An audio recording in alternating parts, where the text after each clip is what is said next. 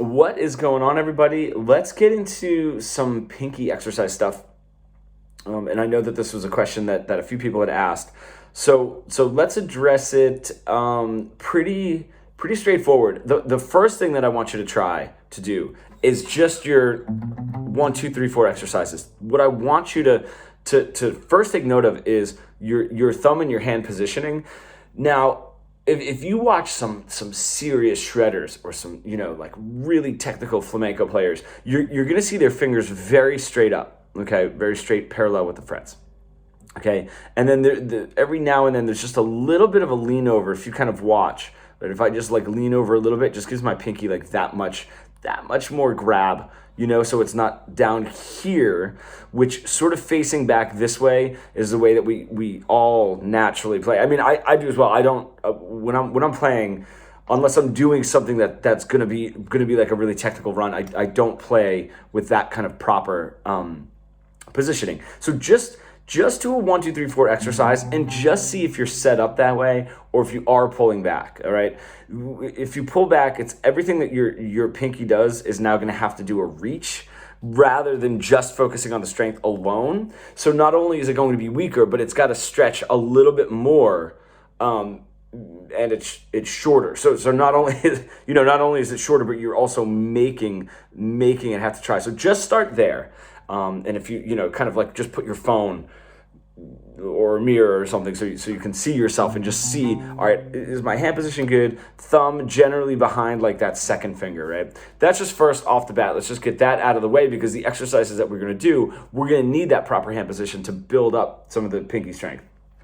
Now, the one exercise that I generally start everybody with is very simple. And it's going to be uncomfortable, which is good, but it's a 3, 4. So it's just your third finger pinky all the way down.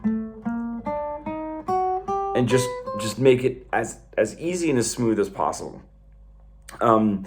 There is a lot of benefit in that exercise alone, rather than just doing a 1, 2, 3, 4, which is going to help and strengthen your pinky, especially if you get it, if you're in that better positioning. What this does is it gets your two stronger base fingers out of there, because they kind of like set the base for everything else you're doing, and your pinky and your third finger sort of move around it. So I just want you to start with that one. If you can, get a stretch, pop up here where the frets are a little bit smaller and see if you can get like a 10 to 12 stretch. If it hurts, don't push it, but that's going to help as well. Now, the pinky needs to interact on its own, which we rarely do, especially when we're first starting to play, and then also interact with each one of the fingers individually. Okay, so the way that we can just sort of ensure that the pinky is acting alone is not just this, a downward exercise where we're starting on the pinky, where we don't have a setup here, we're starting right in. This is a great exercise to start with, right? If you kind of just do your 4, 3, 2, 1s down the strings, that's great. It gets even better if we change the positioning and we do 4, 3, 2, 1, but we go across the strings. And you can sort of just keep that pattern going, 4 of those, and then start on the 5th string, and then the 4th string.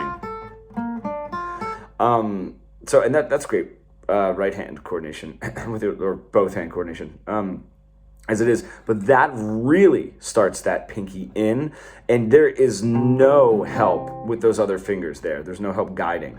So that's going to be a really, really great exercise as well. Now, what I was saying is how the pinky wants to interact with all of the other fingers. A great exercise is wherever on the neck. Everything that I am telling you guys is it's something that you can do over and over and over. What's great about training the pinky and the third finger, which we're actually going to get into, is it's just going to make its way into the rest of your playing. So the more you sort of do these exercises, the more that it's going to seep its way in. You don't really need to think about it.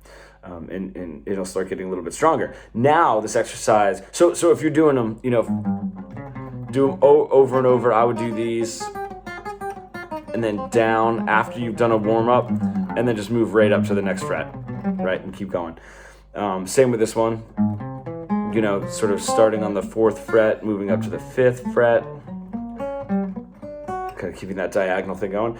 So now, something that's a little bit not as, you know, sort of climbing the neck and climbing back, is if we pick something, you know, even if we just do the bottom string, it's great to do it all over the neck, all different strings, all different parts of the neck. Let's just do the 5th fret, the bottom string right now. And what we're gonna do is a 1st fret to pinky hammer on. Now this is something that you're gonna wanna watch, right? Because if you do a hammer on, or trill, I'm sorry, hammer on and pull off with your other fingers, you'll notice that they slam straight down and then pull off. The pinky, we want that motion. We want that sort of coming straight down also, and we start to lack that. And we start just kind of doing it down and back up. So just make sure you're getting a hammer on pull off. What's great about this exercise is don't need your right hand at all, except to start it off, or maybe not if you can get a pull off, but, and then 2nd finger, pinky and 3rd finger, back to pinky and 2nd finger, back to pinky and 3rd, or 1st. When you're doing that, you're building up the strength of the pinky really, really well, but also how it interacts with your other fingers.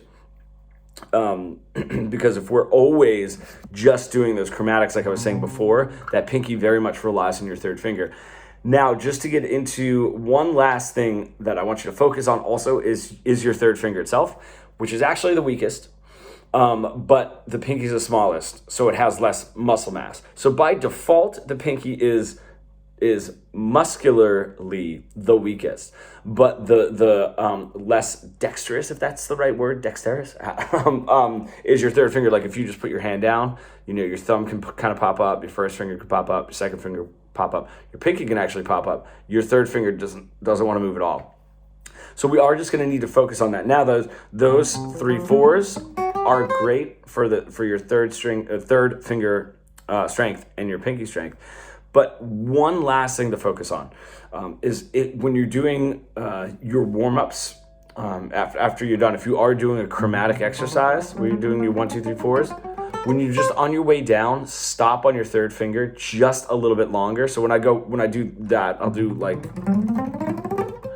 down, and then it's, and that's really going to start developing that 3rd finger. I can feel, if I haven't played for a few days, if I'm doing that exercise, I can feel the pressure. Each one of my fingers pressing in, and my 3rd finger is not pressing quite as hard as the other one. So just all things to consider. All of that should be a really great, well-rounded workout for your pinky. And just take time with it. Don't get frustrated, and don't not use it. And, you know, play your pentatonic solos, you know, with your hand kind of like tilted back and only using your 3rd and your 2nd finger. But hope that helps everybody. I will see you tomorrow.